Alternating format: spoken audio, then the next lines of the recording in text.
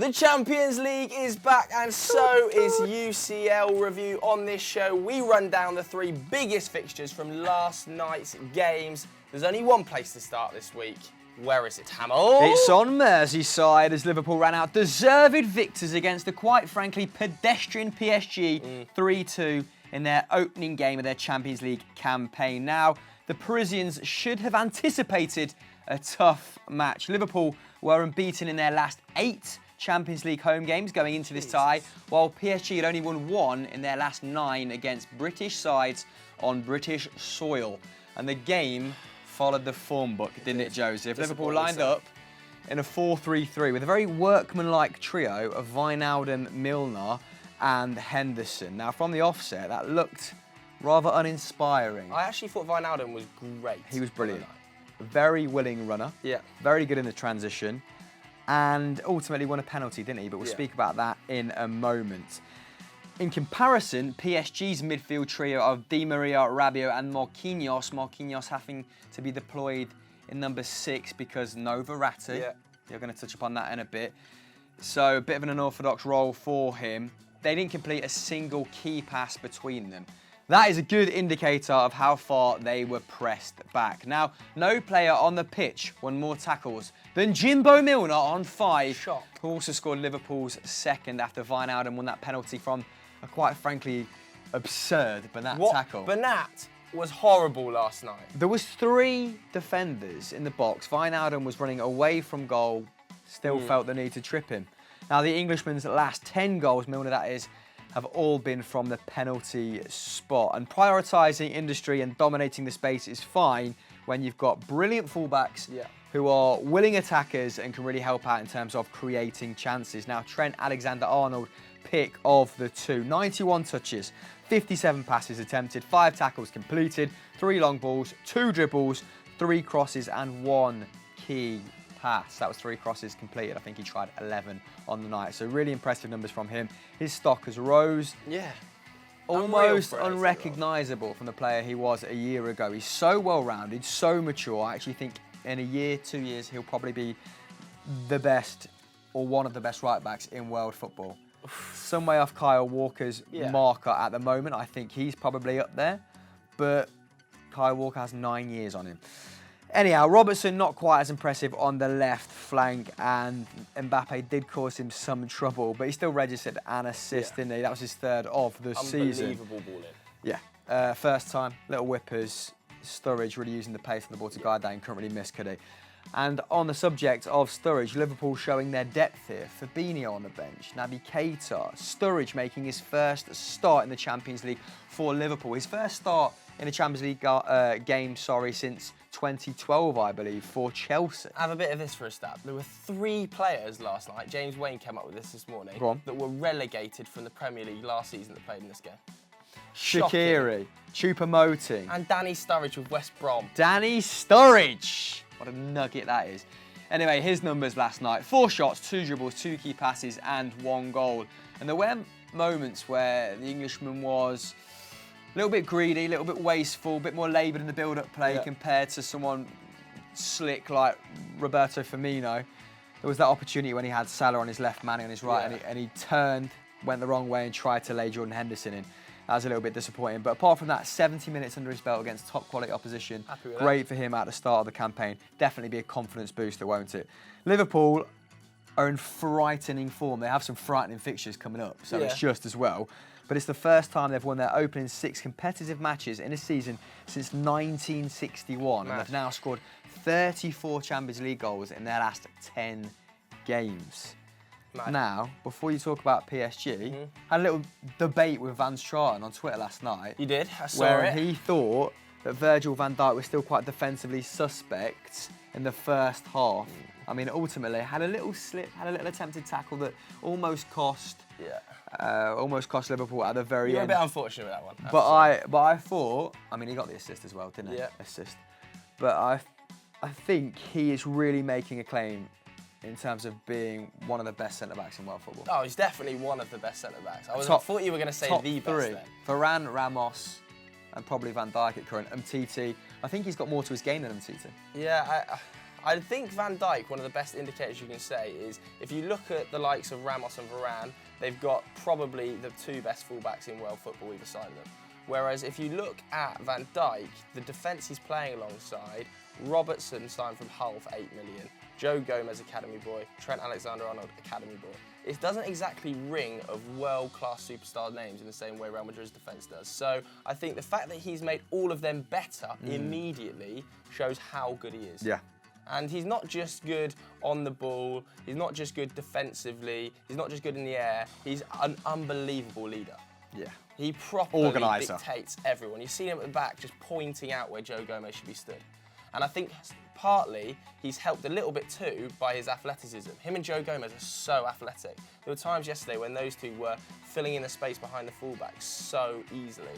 And the other 3 that he's playing with are pretty forward-thinking. Joe Gomez was stepping out of defence pretty regularly last night and joining midfield. Jordan Henderson had occasionally slipped back, but he sort of has to make up for their ethos, I guess, by kind of just being really complete. Do you think he's the best centre-back in the world? Let us know in the poll just above. Joe, break down PSG for us. Yeah, let's have a little look at PSG because they were pretty turd on the night, weren't they? Not their best showing, and I think a little bit worrying for Thomas Tuchel, for me anyway. As someone who doesn't regularly watch League 1 and hasn't seen PSG this season under Thomas Tuchel for a full 90 minutes, I was expecting a lot more. A lot more. I mean, it almost felt like they regressed from an Emery side last season that we saw dispatch Bayern Munich with consummate ease. I don't know what you thought about it as a whole. Well, I mean, I watched all their Champions League games last season because they're in Celtic's group and they finished top on 15 points, goal difference of plus 21, and they were just imperious last year until they got to the quarterfinals.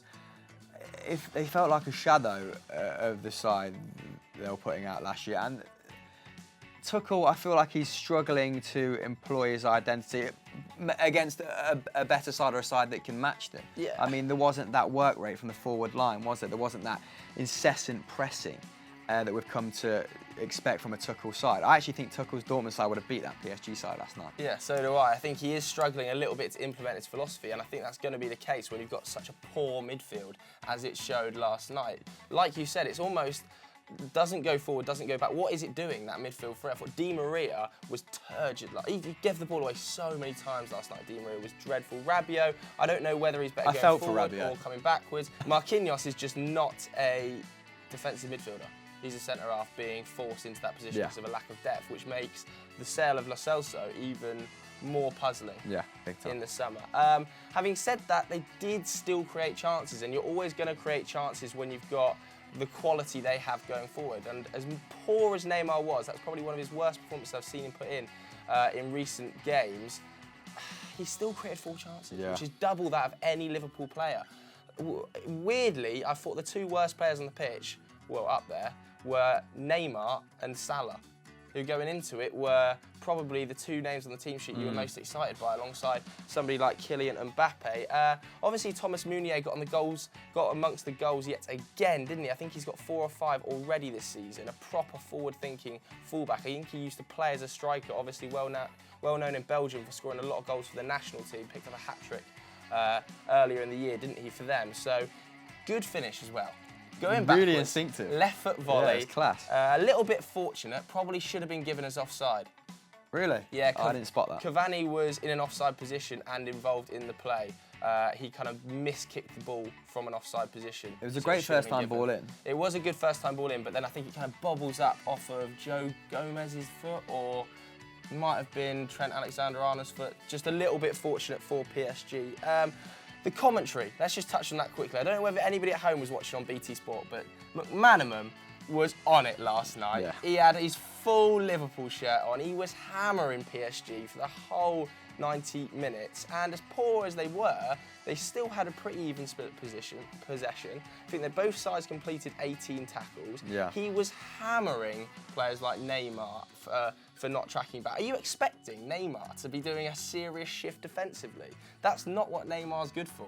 So I don't know why going into that Steve McManaman was expecting something different.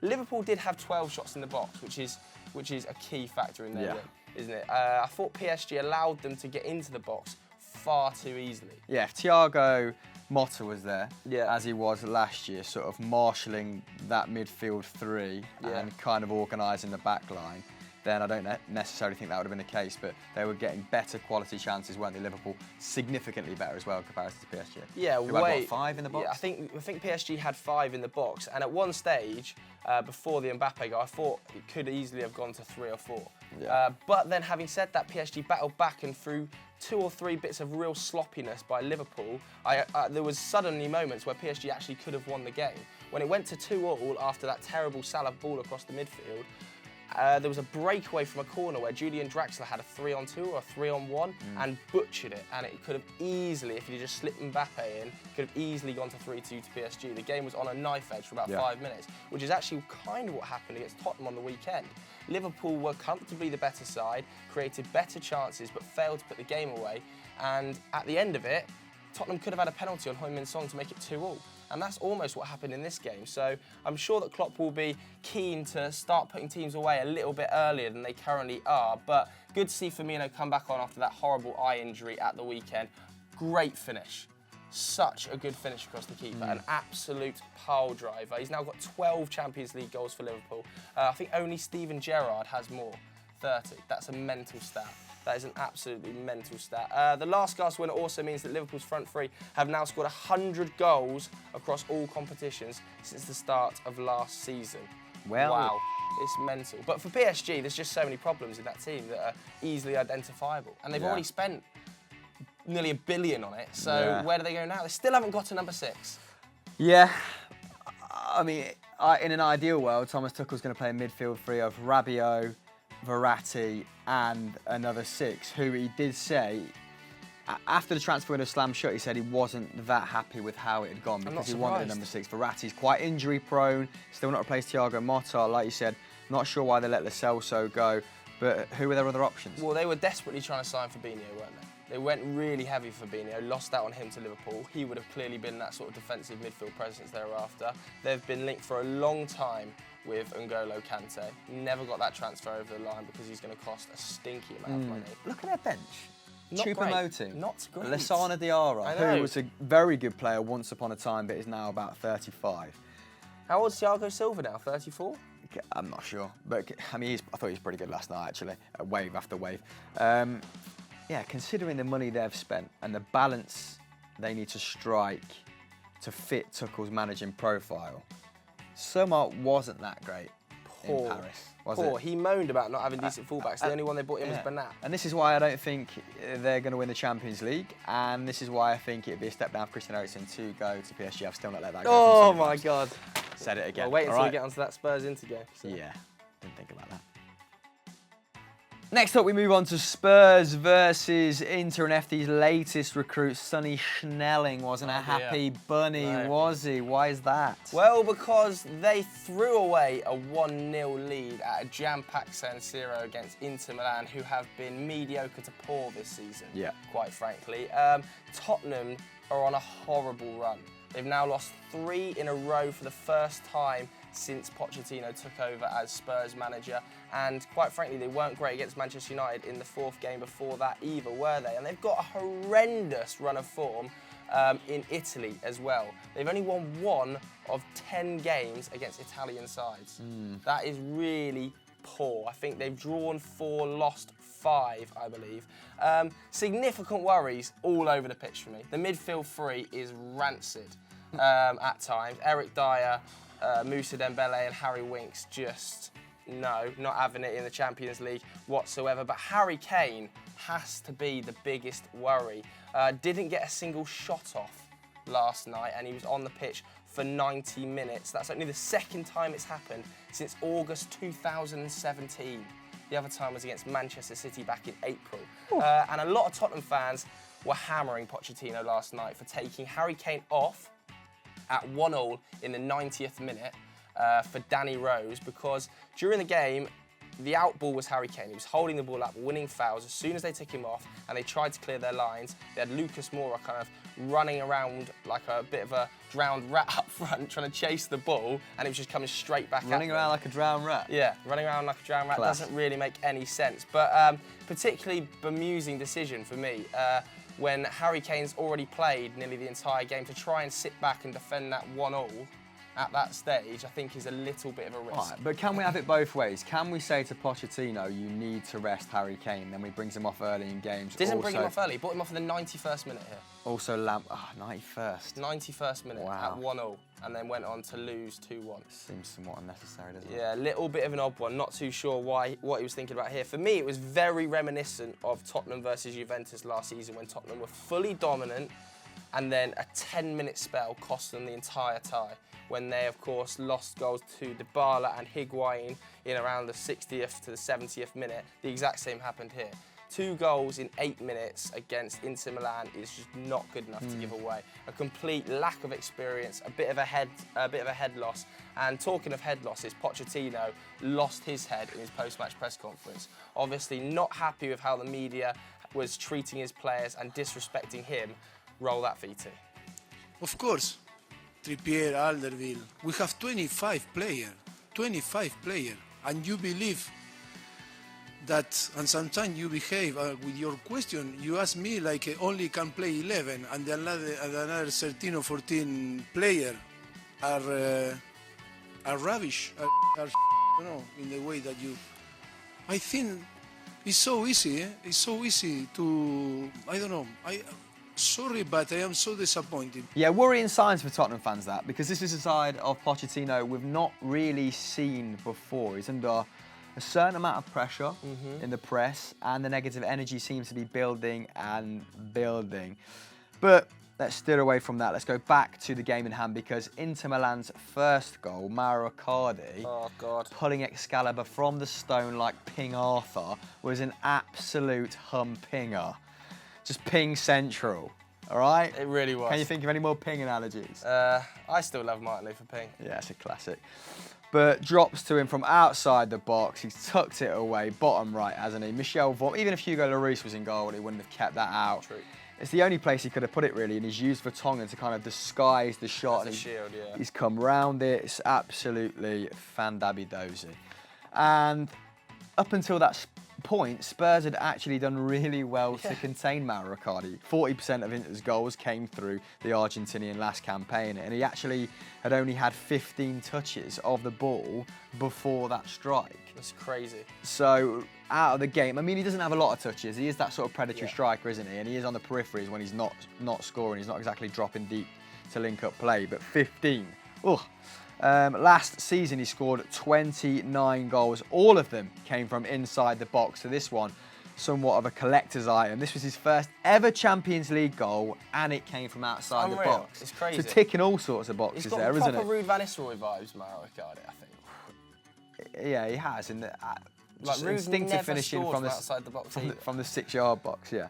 Vecino ultimately got the winner in the 93rd minute. He put in a solid shift in this game, actually. 4 shots, 2 chances created, 5 tackles and interceptions. So, was everywhere, basically. But Spalletti is going to have to improve into, before that Barcelona game in particular, and in Serie A, by the way, because they can't be conceding 6 shots on target against Barcelona in their next Champions League game when Messi is on song. 100%. And when It'll be embarrassing. And when Lucas Moura came onto the pitch against Inter yesterday, he was jogging past players like they weren't there. Into a bang average last night, let's have it right, and were rescued by a piece of genius from Mauro Icardi. I mean, Inter are still having the same problems that they had last season in terms of just creating good chances from wide positions. This is why Malcolm would have been such a good signing for them. But I don't know, did Nainggolan start last night? I didn't watch this game. It was at 5 to 6. I was still working. You did? I believe so. Their midfield too. They had a double pivot of Vecino and Brozovic. Okay. Well, they need to sort out the final third, don't they? Let us know how you think Inter could resolve that. Moving on to our final game. The final game we're going to be looking at then is Barcelona versus PSV. Why? They absolutely destroyed PSV at home, 4-0, didn't they? Meaning that they've now registered 24 victories in their last 26 UCL ties at the Camp Nou. And the Blaugrana absolutely dominated proceedings. 21 shots to PSV's 14, registering 9 on target to the away side's 1. Now, conversely, PSV have been struggling at this level. They haven't won any of their last 9 Champions League matches, drawing 4, losing 5. And before we touch upon Messi, you're going to take over when it comes to the GOAT's numbers. Do your best GOAT impression. No. Nope. Somebody make that into a meme and tweet it to me, please. Anyway, before we touch upon Messi, a quick word about Ousmane Dembele, who also continued his brilliant form at the start of this campaign. In 18-19, he's averaging a goal every 108 minutes so far. Now, his unbelievable strike last night, sort of a finessed finish after he left 2 players for dead middle right of goal, means he's now scored more goals this season. That's 5, I think, than the entirety of last campaign, which must have been 4. Yes. Joe, man of the match, though, was Messi yet again. Yeah, I mean, he was just ridiculous, wasn't he, last night? Absolutely unplayable. His game by numbers, 99 touches, 6 shots, 4 on target, 3 goals, 3 chances created, 2 tackles won, and 1 take-on completed. If you haven't seen the free kick, I suggest you go and check it out right now because it's perfect. Absolutely unbelievable. I think that's his 8th direct free kick goal in 2018, which is mind-blowing. That's definitely the most he's scored throughout his career in a single calendar year directly from free kicks. I love that, much like Yaya Toure, he's thought, okay, I'm approaching my late 20s, he's actually 30 now, but he's been good at free kicks for 2-3 seasons now, hasn't he? He just thought, now I'm slowing down a little bit. I'll just add, I might as well be world class at free kicks. I'll just add that to my repertoire. Unbelievable. Yeah, he's now scored as well against 30 different Champions League sides. Only 2 players have goals against more sides. One is obviously Cristiano Ronaldo. Do you guys at home know who the other one is? If you do, let us know in the comments below. Still not scored against, scored as many European women as John Babb, hasn't he? So, wow. Shagger. He went there anyway. Anyway, let's have a look at Messi's record in the Champions League because he's now played in 64 group games and scored 63 goals, becoming the first player in the Champions League history to score in 14 consecutive seasons for the same club. The stinky bastard. What is he doing? I've had enough of him now.